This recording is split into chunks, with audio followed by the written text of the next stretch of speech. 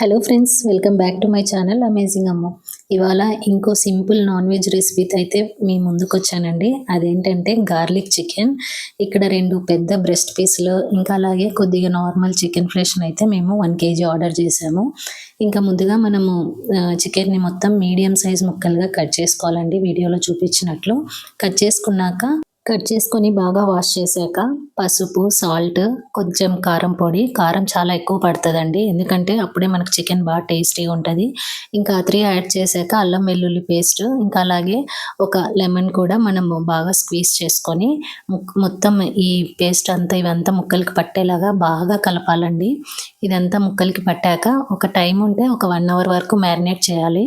ఇంకా మనము మొత్తం కలిపేసి పక్కన పెట్టేయాలండి.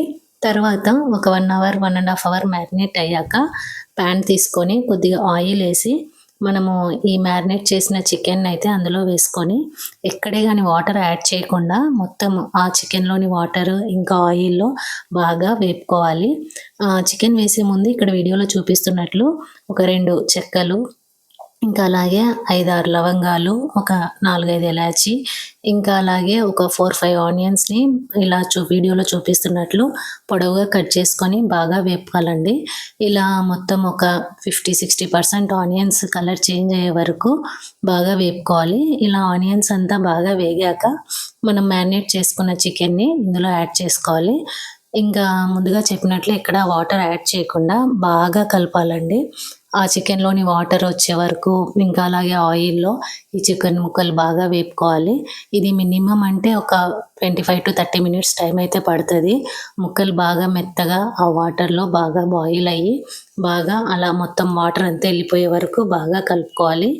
ఇంకా ఇలా కలుపుకున్నాక రెసిపీ పేరే గార్లిక్ చికెన్ కదండి. సో ఒక 2-3 బిగ్ సైజ్ ఆఫ్ గార్లిక్స్ని అయితే మనము అలా కచ్చా పచ్చగా దంచుకొని ఇంకా లాస్ట్లో ఇలా కలుపుకోవాలండి చికెన్లో.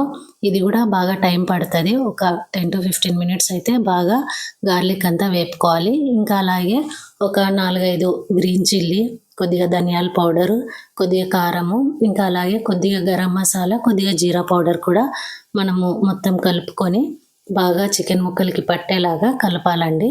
ఇంకా ఇలా కలిపిన తర్వాత మనము పక్కన ఇంకో స్టవ్లో కొద్దిగా గీ యాడ్ చేసి అందులో ఒక గుప్పెడు క్యాష్యూని కూడా యాడ్ చేసి బాగా వేపుకోవాలండి. ఇలా కలర్ చేంజ్ అయ్యి రెడ్డిష్ బ్రౌన్ కలర్ వచ్చే వరకు బాగా వేపుకున్నాక మనము ఇంకా ఈ వేపుకున్న క్యాష్యూని ఈ చికెన్లో కూడా యాడ్ చేసుకోవాలి. అప్పుడు ఇంకా చికెన్ ఇంకా బాగా టేస్టీగా, క్రిస్పీగా బాగుంటుందండి.